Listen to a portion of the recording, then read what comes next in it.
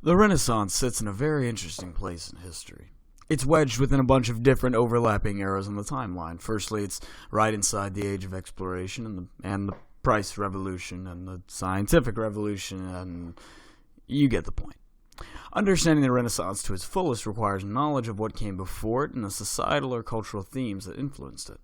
As for the former, the Renaissance's success and growth can be owed to, of all things, the mass death caused by the Black Plague.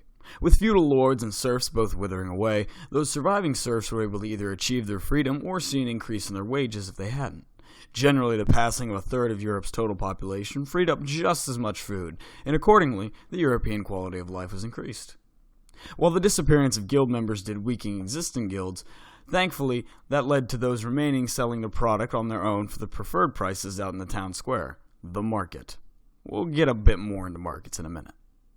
The plague also brought a sort of curse upon the Catholic Church in more than one way. With intelligent and educated clergymen gone, the need to rebuild the Church's ranks led to untrained and low-quality monks and priests, which would, in turn, allow corruption to fester. We might get more into that, too.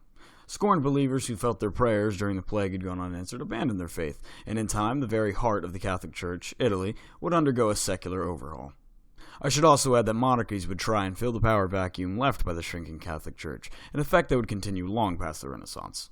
Machiavelli's The Prince, a sort of mixture between lengthy fan mail and an instruction manual, contained Machiavelli's ideal for a powerful monarch and tips on what they should do, chiefly among them the goal of staying in power for as long as possible. But I digress. Do you remember what I said about markets? The plague caused the rise of the market economy, too. Suddenly, after the plague years, wealth was becoming increasingly more important than religion for nations. The rise of banks, notably established by the powerful Medici family, allowed merchants to safely store their newfound profits.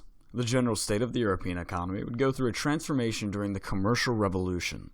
Another way to think of this is going from a bartering system to a much more familiar money economy. It was no longer the religion of a nation that acted as a defining factor in the greater geopolitical dynamic, but your monetary wealth. These bruises upon the mighty Catholic Church would lead to the secularization of Italy, as I mentioned earlier, and a culture explosion occurred on the continent's boot. Discovery of old classical Greco-Roman texts, which were despised by the Church as being pagan works beforehand, and new translations thereof in addition to the prevalence of the Gutenberg printing press, allowed anyone that could read to partake of the cultural feast. Italians and Renaissance men alike found new love and power in this life, freed from the chains of worrying about their next life in heaven as ordained by the Church. That cultural explosion is known as secular humanism, the mother of great Renaissance artwork, literature, and ideas. From Michelangelo's David to the Book of the Courtier, the essence of the Italian Renaissance as we think of it today was born from Italian secular humanism. That wasn't exactly the case in the rest of Europe, though. Northern Europeans interpret the plague very differently. It was kind of seen as a sign from God that they must be more pious, more committed to their faith.